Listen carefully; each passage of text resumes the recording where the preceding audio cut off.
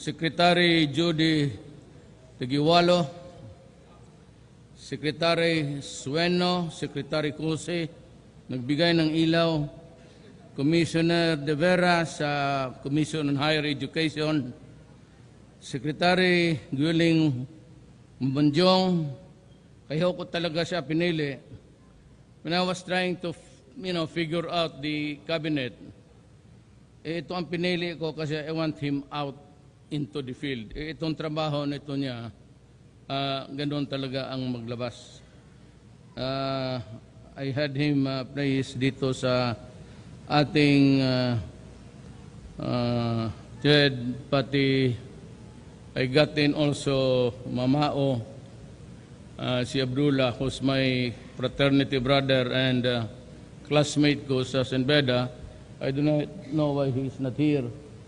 But nilagay ko rin siya because sa special concerns ko, yung nagkakaproblema tayo doon sa Middle East, yung mga trabahante na nawalaan ng trabaho, tsaka walang mapuntahan. I sent Momonjong and Dabs Mamao to the Middle East. And they did a very good job sa ating mga kababayan. Deputy Speaker by SEMA, Undersecretary Dilanggaling, Assistant Secretary Dumama. Kaibigan kami nito. Well, I was still the mayor at the time and he was a very good worker of government.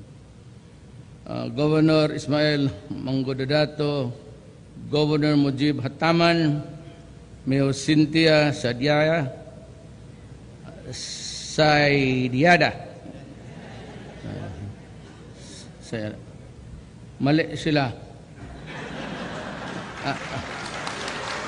Cynthia Sadiaya, Saidiada.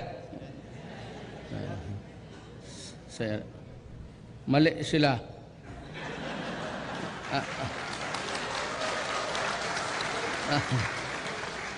Acting Executive Secretary Aristosa, mga kasama ko sa gobyerno, mga mahal kong mga kababayan. Wala kasi masyadong nakaalam at noon ayaw naman namin na ipagyabang or whatever. But noon maraming konti lang ang tao, maraming hindi nakaalam na about my lola who comes from the Maranao tribe.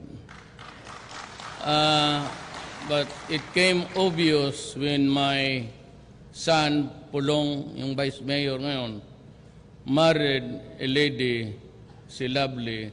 Ang nanay niya Maranao, ang tatay niya Tausug. Then it became open na sinabi na namin nga yung roots nga namin. Nakita-kita kami doon sa Marawi. Pero medyo ngingilabot ako magpasok doon sa bukid. Hindi kasi alam nila kung sinong iambos.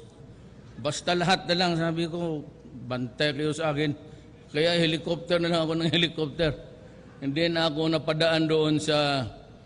Well, anyway, I am happy kasi kung papasok ka, makikita mo yung Duterte Empire. And for all of the lahat ng Moro regions, nanalo po ako almost by a landslide. You made me president. Ngayon, tapos naman yung eleksyon at pangako ko sa inyo, that wala na kayong makita na leader, maybe for a long time, na talagang may pagmamalasakit sa inyo. And ay sinabi ko sa inyo that you will have a share of the national wealth. Sinabi ko sa inyo na bubuhusan ko ang pera ang mga Moro region. Kasi po, nakikita ko sa statistics noon, sasabihin ko na ito sa inyo. On the second cabinet meeting, si Judy sa DSW, sinabi ko, Ma'am, please do something kasi sa record nakikita ako. The highest incidence ng hunger. Kawawa ang mga bata. So we have to do something about it. Pati kay Jean, sabi ko, moro ka man. Tingnan mo daw kung mabuhusan natin ng tulog ang mga lugar ng ating mga minuno. So, we are starting, sa kainyo nga ngayon nag-umpisa, ang massive talaga. I want the incidence of hunger stop. Hanapan natin ang paraan, even malang para sa pagkain ng mga bata. So, there has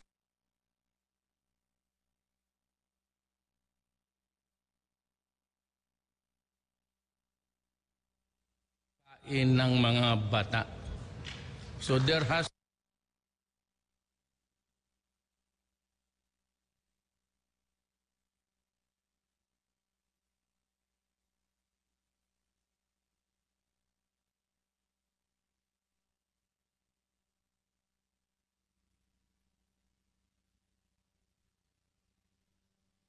kita ninyo yung kita ninyo yung kita ninyo yung kita ninyo yung kaya mag-init ang ulo mo pati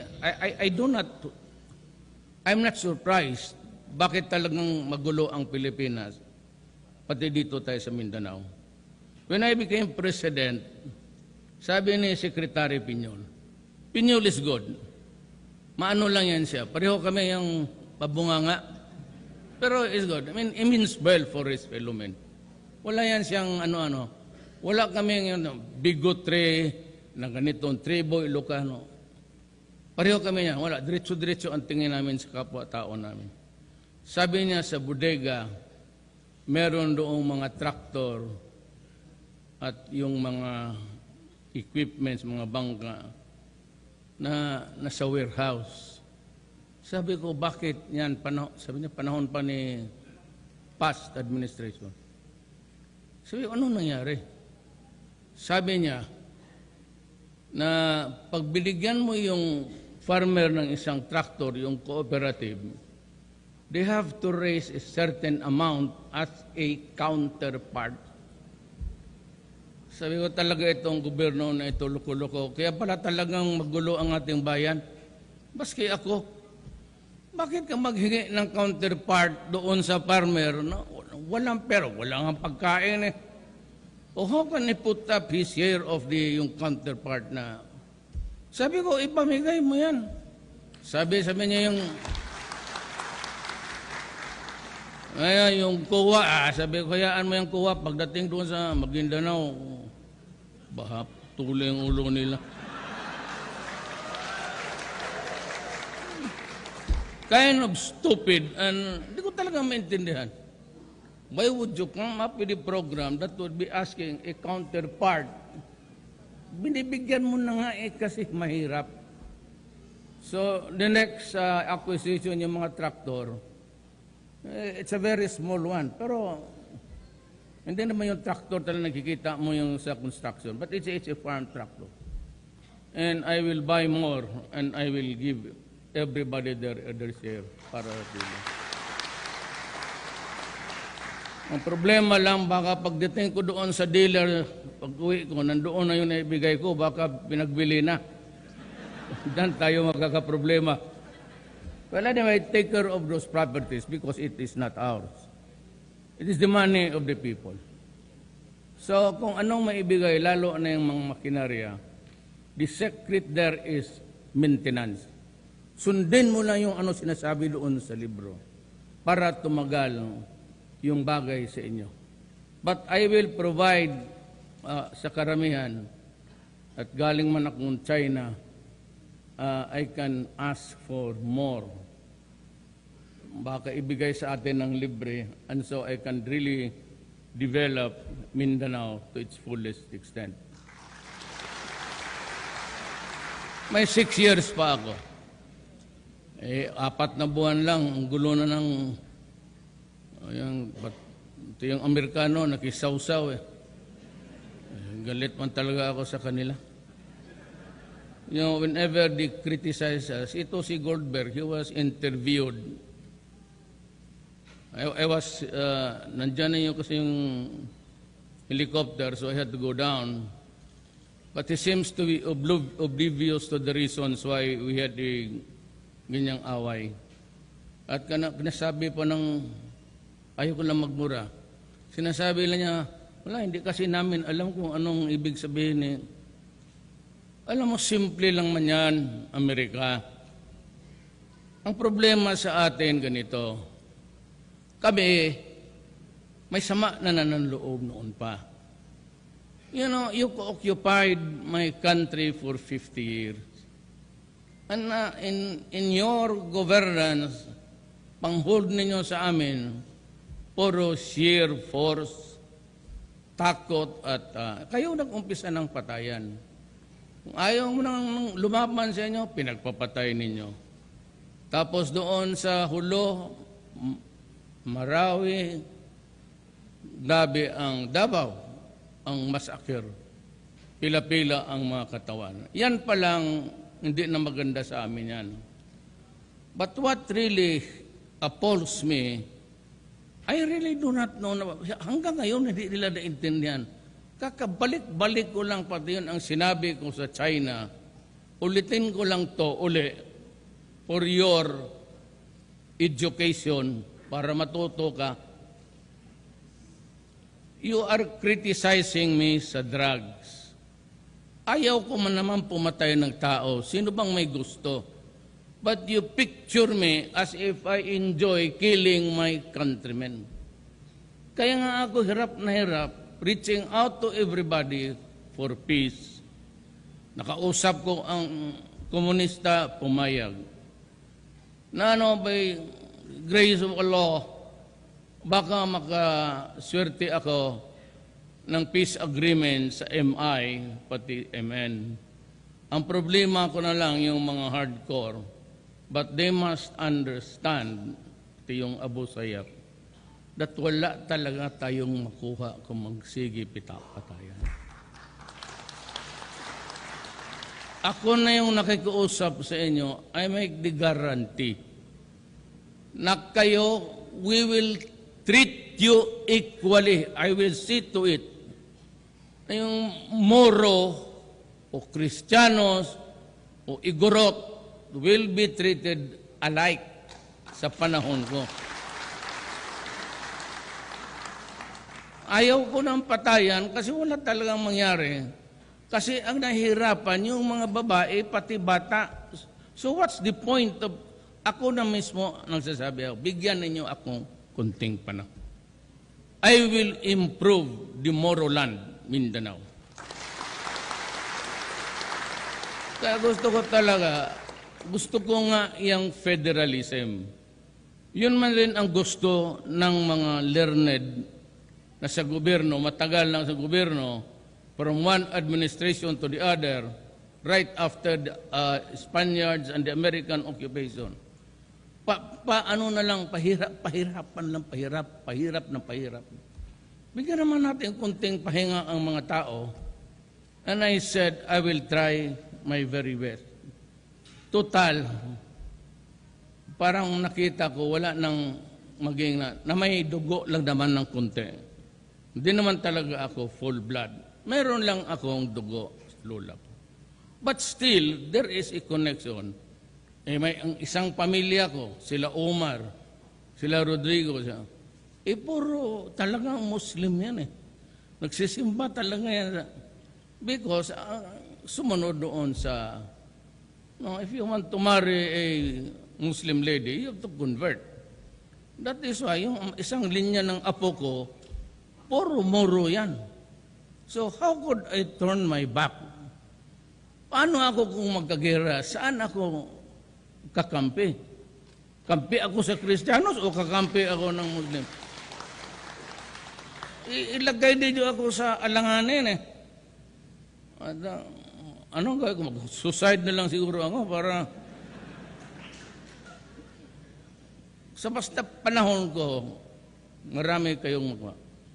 Yung ospital sa, I think it's in Basilan and in Hulo, it will come to rise. Bigyan ninyo, by next year, tapos na yan. Hospital. Tsaka yung trauma talaga. And there's a businessman who offered to help. Ganito yan eh. Sinabi ko na nung kampanya, hindi ako tatanggap ng pera sa mga taong may transaction sa gobyerno. Ayaw kong matali. Hindi na bali ako matalo. Basta hindi ako tatanggap ng yung mga bilyonaryo. So ngayon, tapos na ako, sige siya gustong salita sa ito. Wala naman na. Ako na mismo nagsabi, ayaw ko magtanggap eh. So what's the point? You do not have to explain to me. Tapos sabi niya, sige. Sabi niya na mag-donate na lang sila ng 1 billion. Kung gano'n, sabi ko, tatanggapin ko. Gawin ninyo ang ospital sa Hulo o sa Basilan. Tanggapin ko yan. Para tabla na, wala na kayong duda sa akin na may galit. Hindi naman ako nagagalit. Nanggaling sa akin salita na yun. So gano'n.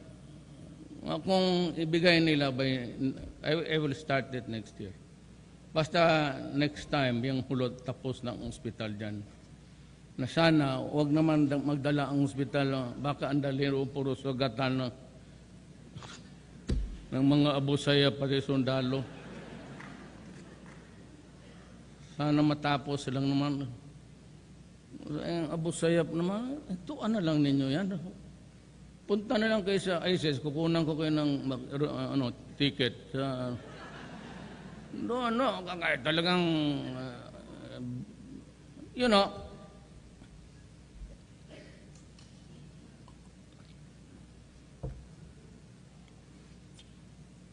pareho ang history natin. Long before, Europe pati Amerika, nakita nila ang disyerto. Wala pang bayan noon, wala pang nasod. Pumunta sila doon dahil sa oil. They use the oil of the Middle East. Mura pa noon, wala pang may-ari, wala pang mga bayan. And they built to their own industry. Kaya sila nag-industrial power.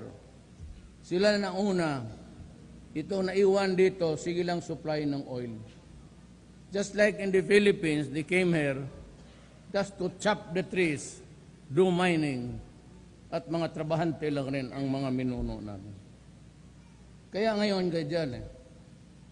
Ngayon yung mga Arab, pagdating ng mga 18-something, pinaghati-hati nila. Sila mismo ang nagsabi, ito yung Libya, ito yung Iran, Iraq, ito yung Syria. Hindi kagustuhan ng mga tao doon. Kaya yung tribo doon, Shiite pati yung siya. Hindi na nila kinikonsider yung kultura. Pinagalo-halo nila, kita mo ngayon. Galit talaga. Ang mga tao, sila na mismo nagpatayan. Habang nandyan yung Amerikano. Kagaya rin dito, inutusan ko si Lovely, pumunta doon sa Hulo, sabi ko, kausapin ko sila. Yung mga hardcore ko, huwag yung magdala ka lang tao na galing talaga doon sa loob, sa abot sayap. Ayaw talaga nila kasi galit sila. Wala naman akong magawa. Pero huwag mong pahirapan ang bayan mo. Bang araw, sabi ko, pagdating ng federal, total, hatiin man yan. Ako basta sabi ko, pagdating ng panahon, bilisan lang ninyo, kayo mga congressman, bilisan ninyo ang federal at paghanap tayo ng configuration ng gobyerno na talagang powerful, kanya-kanyang region. Bahala kayo kung anong gusto ninyo dito. Bilisan lang ninyo. Kasi ako, sabi ko, yung federal type provides a precedent. Pag natapos yan ng 3 taon, ay asahan ninyo, I give you my word, pag nandyan na yung framework, I will resign to give way to a new president. Wala na kayong isipin pa. Basta ako sana mismo ako magsabi, alis na ako. Hindi ako maghintay ng 6 years. Just hurry up the process. Pagka nandyan na yung federal, tapos paghati-hatiin na yung region, federal region, ganon, at more power yan sa baba, less power doon sa itaas, at kayo na ang bahala kung ano ang nakita ninyo dito. But Mindanao holds a promise sa agriculture. Kung matanim lang yan ang bukid lahat, yung mga bakanting lupa, you will be the richest. Sundin na, una muna ninyong away, sundin na ninyong Kidapawan. Kidapawan by 2022-23 would have overtaken sa Davao sa income dahil sa tinatanim. Kaya ninyo dito yan. Ngayon, yung ligwasan ng Mars na yan, pag may oil kaya totoo, o di sino may-ari niyan, di kayo rin mapinabang. Di ko lang, walang away, di somebody can do some drilling there. At kung sino yung napili ninyo na gobyerno, yun ang magpatakbo, yun ang magagamit na pera. So you elect men, yung honest, na talagang may fervor, na tulungan niya yung kapwa niya na muro. Yan ang importante dyan. Kayo can have your leader. Ako, huwag mo ninyo akong isipin, papasalamat na lang ako sa tulong ninyo. Maraming salamat sa inyo, pero I will not stay long pagka nandyan na yan. Pag mag-eleksyon, maghanap ng presidente, pero kung ulol, di patayin ninyo. Madali lang patayin ng tao. Yan ang dream ko sa aking bayan. Yan ang pangarap ko dito sa Mindanao. Hanapan lang natin ng paraan kasi wala talagang mangyari. This has been going on as far as I can remember 1972. Wala na ginawa kung hindi magpatayan. I will assure you, hintuang na ninyo until 3, 4, 5 years, things will improve and I promise you, you will have your own share of development money. Wala akong ibang matanda na wala nang baski gusto ko mag-asawa, sabi niya, matanda ka naman. Wala na. So, ang alang akin lang is may mga apo kasi ako. Mga apo sila naawa ako sa anong pag-asa nitong mga bata na ito. I mean, if they can go back to Hulo and to Marawi and look beyond the doon sila magnegosyo, hindi makapasyal sila sa bayan nila mismo. Kakaawa naman kasi na hindi mo magpunta doon kasi makidna. Kasayang ng naawa ako sa mga bata. And that is just, lakahin mo yan, ganun yan eh. So much hatred, just stop it. For once, sabihin mo dyan, kayong lahat, pati lahat ng mga Kristiyano, hintuin ninyo yan. Even for a while, just to para makapagpasok ang gobyerno. At sabi ko naman, ibibigay ko sa inyo. Anong ibigay ko sa inyo? Nauna nga kayo, kita mo. Wala pa yung iba. Kaya mo na mga Cebuano mo, mga mayabang yan. Kayo mo. Tsaka kayo yung kailangan talaga. So, where the need to help is urgent, we will be. Basta ang gusto ko, may project akong hospital para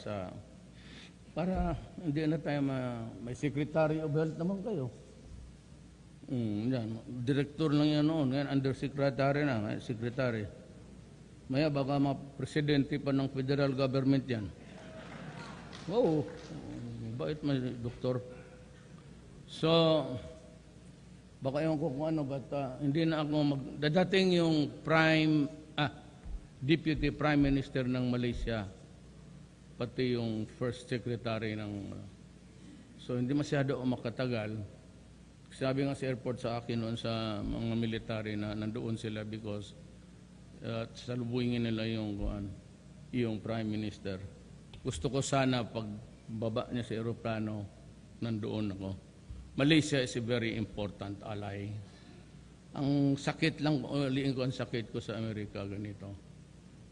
Alam ninyo, may nangyayari na nga, may namatay na nga na mayor. Iwasan talaga natin ang droga kasi sisirain talaga ang bayan natin. Maniwala kayo kung makita lang ninyo dyan sa mismo sa siyudad ko, yung matatandang mga sama na ganun ng ngipin. Yan ang una sa addiction sa kaya naubos ang ngipin.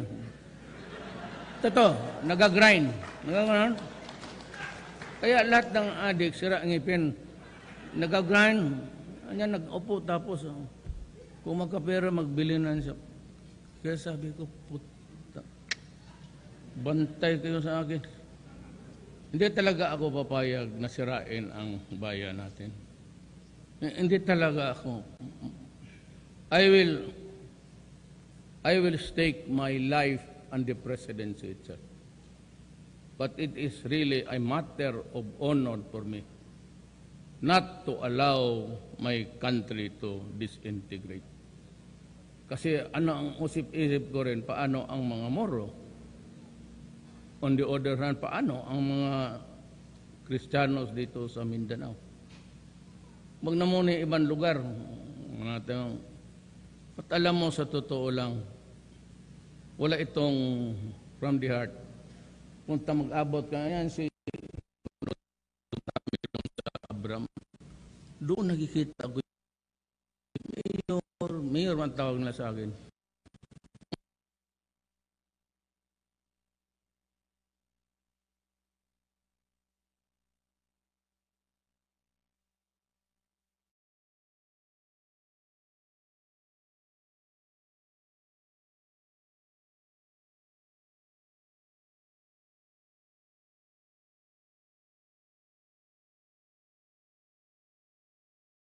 Ang ginagawa.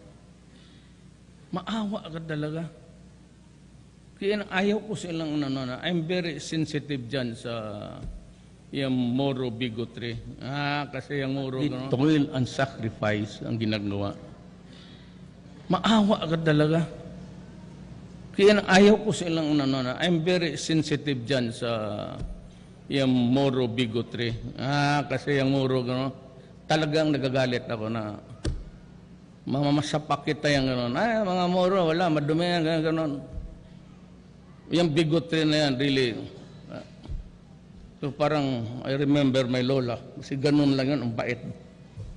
She was a Moro lady, but she was really very kind and lahat. So, but everywhere yan. Saan mo makita, nandyan yung mga Maranao. Sila may mga negosyante. So, ako ay talagang I'm pleading. Itong wag na tayo mag-asa ng mga tulong-tulong dyan sa Amerika. Kasi every time they criticize me, hanggang itong Goldberg na ito, ayaw ko na lang mag-insulto. Hindi niya alam, siya ang nag-upisa ng away during an election, nakihalo siya ng salita, which was not to be done by an ambassador kung lalo na kan dayuhan ka. At itong yung maraming patay, at alam namin yung lumalaban talaga yan, ang gusto nila, sabi ng Amerikano, na kung hindi mahinto yung malay ko ba ko. Nandiyan yung pulis, pakialam ko, may trabaho yan. Anong enkwentro yung araw na yan, ako ang sinisisi. And I'd like to send this message once again and for the last time. You talk to us as if we are still under your mga colony time. Na parang tauhan ninyo kami na kung magbigay kayo ng aid, maraming kondisyones. Dito sa droga, makinig kayong mabuti. Hoy, mga Amerikano, hindi nyo yung style ninyo na pag hindi na hinto yung patayan ganon, yung aid or assistance ninyo, hindi ninyo ibibigay sa amin. Para kaming aso na may tali, na sabihin mo, next time, yung pan naming assistance, itatapo namin doon sa malayo. Pero hawakan ka, para tayong aso na pag ganun, hindi natin maabot na bunganga. Ganon kayo eh. Ganon kayo. Napakasyadong mababa ang tingin ninyo sa amin. Kasi dumaan nga kami yung kolony ninyo, akala ninyo, bata-bata pa rin kami ninyo. Pues, hindi yan. Marami ang lumaban sa inyo yung panahon na yon. Maraming nagpakamatay because ayaw nila kayo. Isa doon siguro ang mga minuno ko. Kasi ako na-insulto sa ginagawa ninyo. Huwag na kayo magsabi, ay, anong ibig sabihin, Duterte, gano'n. Hindi namin sabi intindihan. Hindi maintindihan. Simple lang. Huwag mo kaming bastusin. Total, mabubuhay rin kami. Baski na papano, mabuhay kami, baski wala kayo. Yun lang. Yung pagbabastos ninyo. So you are easy with words like, gano'n. Kasi kayo mga Amerikano, wala sa inyo yan. Pero sa aming mga Orientals, lalo na Pilipino, lalo na more sensitive sa insulto eh. Parang gano'n, gawala yan. Bakit? Anong tingin mo sa amin? Butit na lang kasi ako ang na-enkwentro ninyo. Eh yung iba, hindi kayo makabalik dito. Insultuhin ninyo ng gano'n yan. So, that is the long and short of really my quarrel with America. You do not know what dignity the pride of the person is. Wala kayong, mawalaan ng muka eh. Pag mawalaan ng muka, parang sinampal sa publiko, tapos talaga tayo dyan. Yan ang ibig kong sabihin. Huwag kayo magpaikot-ikot, kayong mga Karen Davila na, what, sige, ask. Yan ang rason. Yan ang rason kung bakit. Diretsuhin ko na lang. So, yung assistance ninyo, hindi na lang yan. Kasi at ako'y naghanap naman sa China, sabi ng China, okay, we will provide you with assistance. Sabi naman ng Japan, hindi naman pinag-usapan yung aid. Masabi na tutulong sila. Sabi naman nila sa Russia, sila Medvedev, kasi nakausap ko sa Laos, pumunta ka rito at nandito yung lahat na kailangan mo, ibibigay namin. Mag-usap lang tayo. So doon walang problema. So pag wala tayong pagkain, wala ma rin silang tanim doon kay snowman. Padala mo na lang kami ng snow. Slow na lang kakainin. Gano'n. Ayaw ko na magmura kasi baka sabihin nila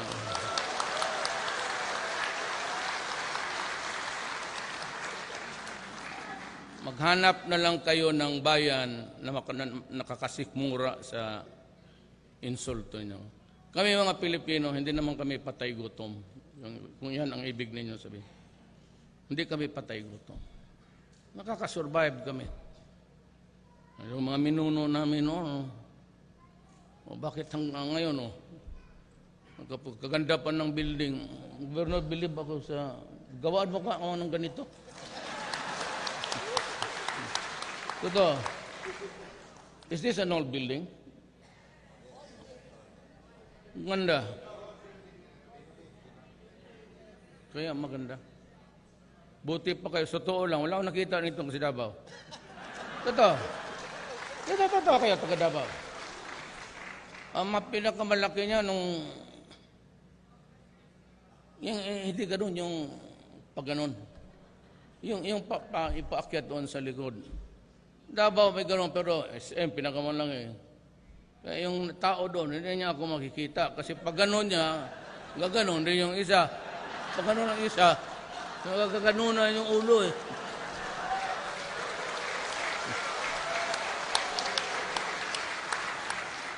Wala ito sa alam ko madalas kay Saddam. Saan?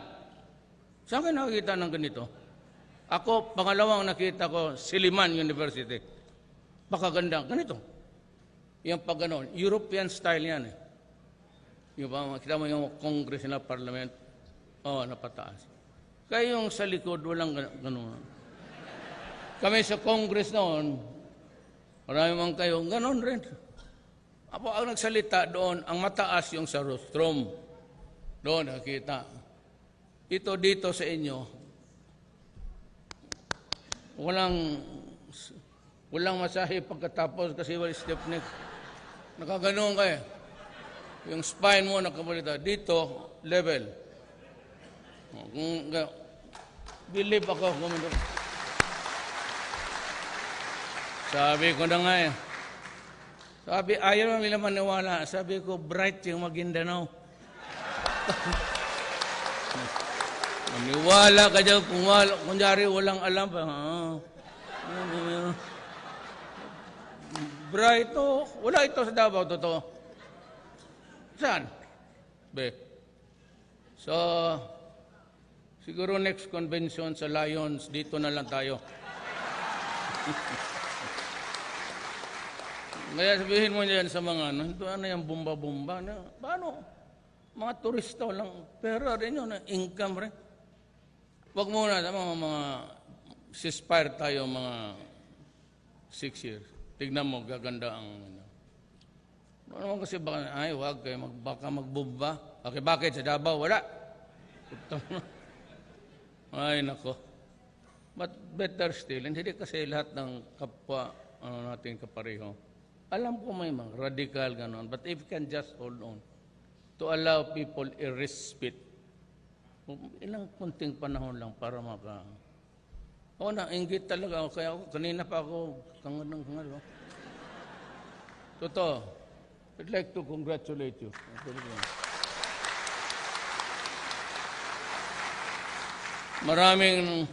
Maraming talent ang Maguindanao na hindi talaga nakita. Hindi naka-sekreto lang. Hindi naman tinatanong kasi. But I would like to guarantee you that in my time, panahon ko, kasi ako lang ata ang talagang na-elect presidente na may dugo. In my time. Sabi, amin mo na lang, wag mo na ngayon. Sa sunod administrasyon pa, pag niloko na naman ulit tayo.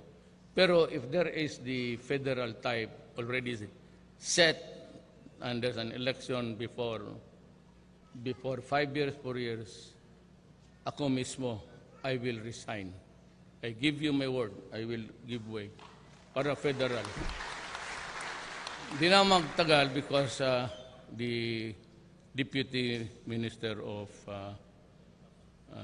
yung assistant ni Najib is in Davao. Kaya pala, now I remember why Mamao is not here. He's there at the airport waiting for the plane of the Premier. So, napapasalamat ako sa inyo for magandang building and for your cooperation. At least may magkayabang ako pagdating doon. May magsabi ako, tingnan mo sa tingnan mo ako sa Tabato, punta kayo. Pagdating, bakit? Akala ko ba, ang dali lang ninyo. Sir, hindi man kami nakadaan. Pagdating dito, checkpoint ng Army. Tapos dito, MILF. Mayroon MN. May pulis. Sabi namin, kung ganito, uwi na lang kami. Pero, except really if it is necessary. Only if it is necessary. only if there is specific reason to do it. I am ordering all checkpoints dismantled.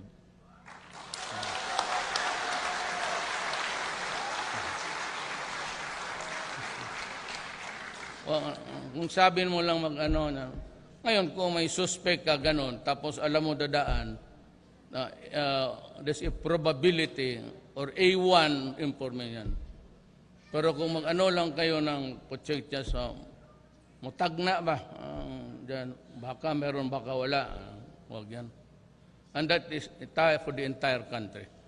I do not want to check. Mga checkpoint, sabi paano dito banda sa Mlang, Dapawan, akala ko ba may NPA dyan? Di sila na mag-checkpoint. Dito, yung MI kung may purpose kayo. Pag wala naman, huwag kang mag-checkpoint. MNLF, ganun rin. Pag walang purpose, baka na mag-checkpoint. Kasi pagpagulo ng buhay ng Pilipino. There are things you have to correct along the way. But let me assure you, again, before I go that, I will commit a good part of the Philippines' revenue taxes dito sa Basilan, Pulo, Tawi-Tawi, pati itong ARM. Ang ARM, I want the hunger talaga, ng bata. Mahina ako dyan. Mahina ako dyan, pagkabata. Talagang lalambot lang ako. Pag galit na galit ako, may bata akong kaharap, ano ako. Baski yung mga tao ko, pag galit ako, pinapatawa ko, tawagin mo,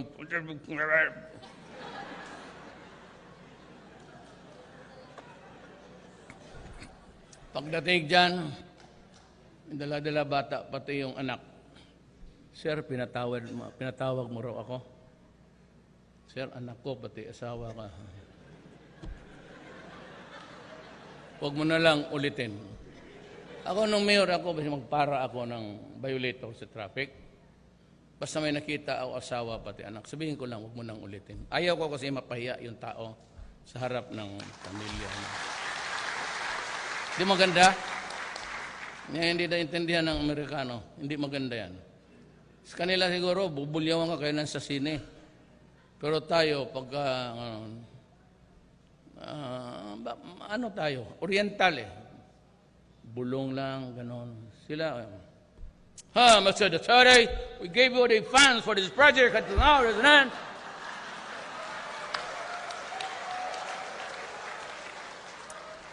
So if there is no project, why don't you go home? Sila nag-umpisa na, hindi ako. Kinikriticize nila ako yung basta dyan sa droga. Buhay ko, pati pagka-presidency ko, itaya ko. Tataya ko talaga. Nakaposta yan. Pero kung sa trabaho, serbisyo sa inyo, walang problema. At ako, kilala naman niya ako, even as mayor. Pag nagsalita ako, tutuparin ko yan. Maraming salamat po.